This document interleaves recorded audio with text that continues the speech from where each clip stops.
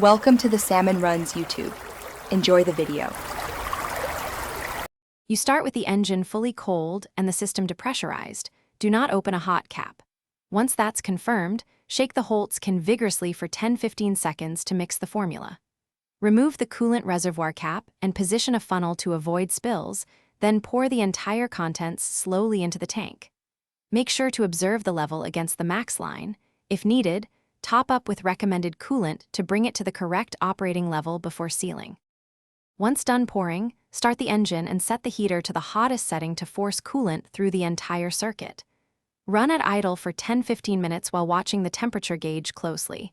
You want steady, normal readings, not spikes. During this time, visually inspect hoses, the radiator, and the reservoir for any signs of leakage or new drips. If the thermostat opens, you'll see flow. Make sure the heater core is transferring heat. This confirms circulation. You finish by letting the engine cool fully, then recheck and top the coolant to the correct level according to the sensor or markings. If the leak stops, drive gently for a few days and recheck frequently. If leaks persist, perform a cooling system pressure test to find whether the leak is hairline or structural.